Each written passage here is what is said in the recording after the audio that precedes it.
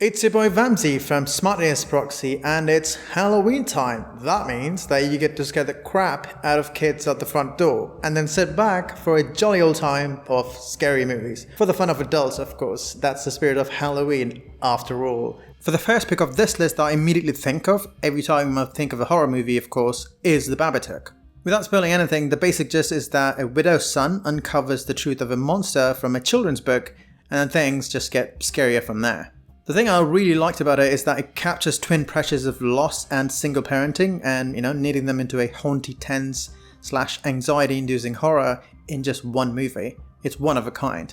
So this one blends war and horror that's surprisingly good. So in one of the Middle Eastern countries, after being hit by a missile during a Iran-Iraq war, a superstitious neighbor suggests that the missile was actually cursed. So, like any typical horror movie, she has no choice but to confront those forces if she wants to save her daughter and herself. It's a weird mix for sure, but it definitely works, and that's what made it special and a recommendation from this channel. So right before the pandemic kicked in, a tiny horror movie made by the Saw guy became a sleeper hit. It's an interesting sci-fi take on the classic mythos of the Invisible Man, with domestic violence and other social commentary adding on to the layers of the underlying horror movie. Elizabeth Moss, the main character from Handmaid's Tale and Mad Men, gives a stellar performance as the protagonist. And I'm sure most of you didn't think of this movie at all because it came in the beginning of the COVID and most of us forgot.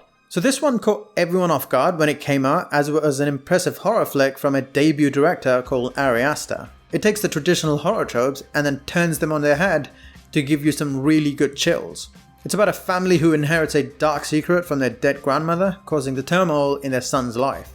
It's definitely not for the faint-hearted, I tell you, because I really crapped my pants when I saw it. So grab your popcorn and lock your doors if you're going to watch this one. Okay, this one is more of your traditional horror fare that you would expect from a, Halloween type movie. Sinister actually stars Ethan Hawke, you might know him from the Before trilogy, as a true crime writer who moves into a haunted house on the purpose of solving a mystery and to get off a writer's block. So he discovers some tapes and then some supernatural forces hidden within it that takes, a deadly turn. It's a bit tropey, but it does have some great twists and compelling writing, which, just keeps you hooked till the end of it. So this one was a bit polarizing to most people, but I actually loved it. It's got an unusual plot and setting for a horror movie, and I think that's what made it great. It's a simple exercise in terror that avoids too much explicit violence that you normally see in horror movies.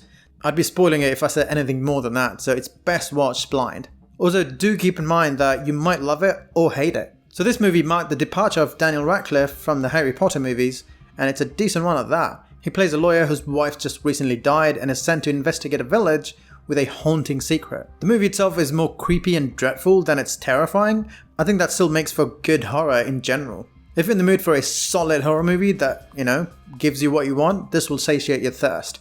Now this one is more of a home invasion type horror movie than it's actually a horror, the traditional one that you expect. But trust me, you'll be chewing on your knuckles by the time you finish the movie. It's actually a bit similar to Don't Breathe in the sense that someone breaks into a handicapped person's house and chaos ensues. It's a lot less dialogue driven because the main protagonist is deaf. And it's more thrilling in the sense that there's a survival element with the cat and mouse game being played. It's heavily underrated and I highly recommend it. So did you know the guy who made Avengers made a horror movie too? I know, it's actually fantastic. The humor is really Whedon-esque, the guy who made it, and it gets really scary as well.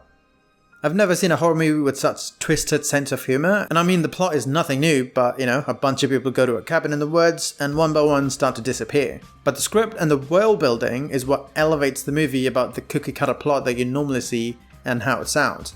You definitely don't want to miss this one. So Sam Raimi, known for his Spider-Man and other horror movies, finally made one again after decades and no one saw it. It's about a banker with a good life who denies a loan extension to an old woman who then places a curse on her and things get strange by the minute. So his direction makes for a tense drama and enough scares to keep you glued to the screen even to the end of it.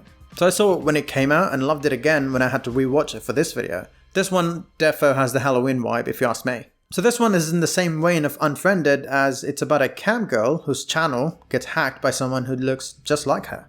And let me tell you, the terror of Cam is not from jump scares or gores that you normally see, but what makes Cam scarier than most other horror movies is that it leaves its protagonist out to dry. You're supposed to be rooting for them, but it's a heck of a roller coaster from start to finish. I don't want to spoil anything, so keep this one on your list. And that's our list. Let us know what your favorite Halloween movies are in the comment section below. While you're at it, check out smartasproxy.com if you're keen to unblock geo-restricted content like some of these movies because they're only available in a specific country. That way you can just unblock all of them and watch it from anywhere for about $5 a month, which is bugger all, right? So I'm Vamsy, thanks for watching, and I'll see you in the next one in the next spooky season.